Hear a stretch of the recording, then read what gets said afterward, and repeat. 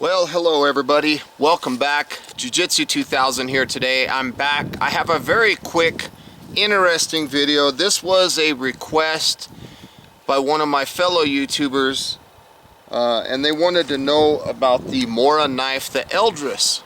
So I picked one up, and let's take a look. Now, first thing I want to show is at the bottom of the sheath, you have these two drainage holes. Now those drainage holes can also be used to put paracord through and have this as a neck knife type option. Okay, this is a very small blade knife. Now one thing I want to mention is there's this piece that can go around the sheath. So you basically just stick the knife in. This isn't the original one from this knife, but it pops into place and you can have a hip mounted option. Okay. This one I actually stole off of my Mora cambusole, off of this one. But I just thought that I would show you that for the video. Okay, so you do have that option. Now this knife is very good for using around camp. It has a very short blade, nice 90-degree spine, and it's a very good Scandinavian grind. It has this secondary grind here. So it's got a nice blade profile. Now some of you might be wondering, what would a knife like this be good for? This knife would be excellent for cutting cordage, okay? And I'm not going to show that all day long. It's also got that 90-degree spine, so it could be useful very well for making fire. Now I'm going to turn down to this stump here. I'm going to show you a little bit. I have a couple pieces of wood here. Let me get you zoomed in. Whoops, sorry about the thumb there. Get you zoomed in a little bit. We'll take a look and see what this knife can do. So I have these pieces of wood. I've already batoned them down with the larger knife. So they're a little bit longer or very close to what this blade can handle.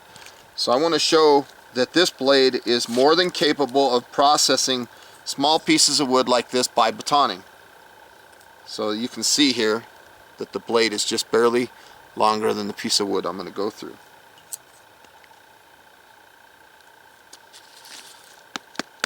So the blade is very capable, as you can see. Again, it's small material. So there's one little piece. So I can process these small, tiny pieces. You might be wondering, what's the purpose of processing down these pieces with such a small blade?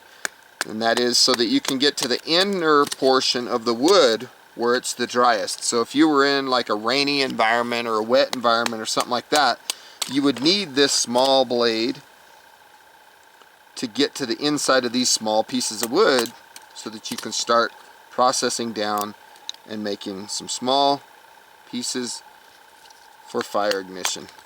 Got a little bit of pine needles there. So I'm just kind of gathering up these little pieces. And we're going to make a fire here in a second. So this is a nice little blade. So I'm kind of categorizing them by size a little bit. I want the small pieces here, the little bit larger there, and just getting these things kind of in order. Doesn't have to be anything crazy. Now I'm not going to sit here, like I mentioned earlier, I'm not going to sit here and cut rope all day. Okay, this knife is perfect for that, even though I'm not going to show it.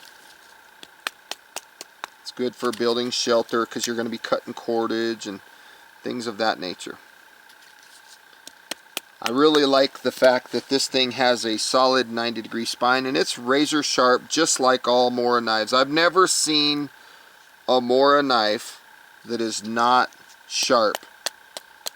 These Moras come out of Sweden, for those of you who don't know, and they're a very fine product. So now you can see that I have this little piece left. I'm going to just kind of do like some little almost feather sticking kind of action here.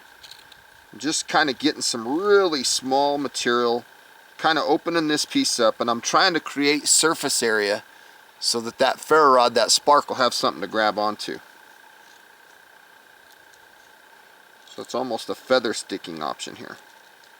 I just need something to connect with, you know, when I throw that spark. Now I'm being careful not to cut this piece in half, so I have that option right there. the other thing that I'm going to try to do is I'm going to use the 90-degree spine of the blade, of the back of the spine here, and I'm going to create some dust. It's a little bit windy right now, so I hope this doesn't get blown away. But what this dust is this dust is going to be the very first thing that my knife comes in contact with. My ferro rod, should I say, that spark is going to come in contact with that little bit of dust, and that's going to give us a little bit of ignition, hopefully. Again, folks, it's kind of windy, so today might not be the best day for this review on this knife. But as you know, if you're watching my channel, you already know that I'm a big fan of real life, you know, kind of reviews. I don't like having things that are, oh, they work sometimes or something like that. I like having things that work in real situations, and today is no different. So I'm going to gather up this small pile here that I have, and I'm going to take my ferro rod that I got from my brother Plumpy E. Thank you, Plumpy, for the ferro rod. I've had this a long time.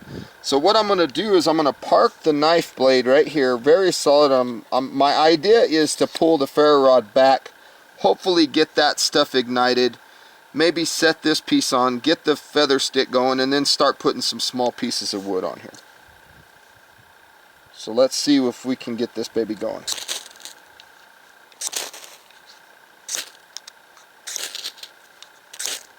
There we go. Let's get the feather stick going. Wow, that thing took off a lot quicker than I thought. Let's get some of these small pieces on there. You can see how I had everything categorized by size. That's because obviously the thinner stuff will burn first, and then it'll catch the little bit larger pieces. And I use this technique with any fire that I make. It's always the same technique. Everything goes in graduations. So as you can see, the knife did a wonderful job.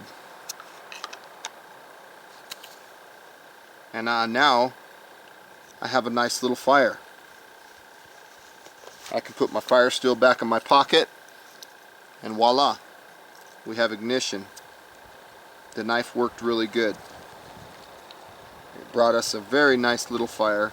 And you're probably wondering, dude, why'd you make the fire on the top of the stump?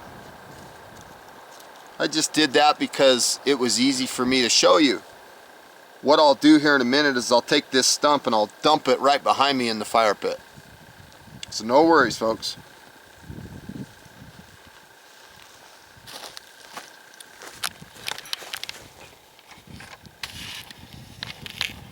There you can see my fire pit. So let's just go ahead and dump this stuff right in the fire. There we go. So folks, I'm a little bit out of frame there. I want to say thank you for joining me today on this video. I hope you got some good useful information out of this video. Please feel free to leave your comments down below. Like this video, share this video. And if you like the content that you see on my channel, please hit that subscribe button. I'd love to have you. One more thing that I failed to mention is the way this grip feels.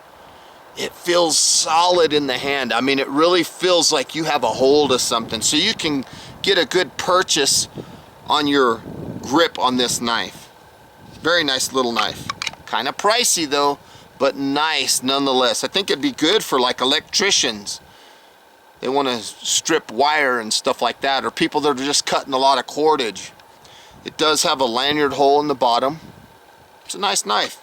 Thanks for watching. Bye-bye.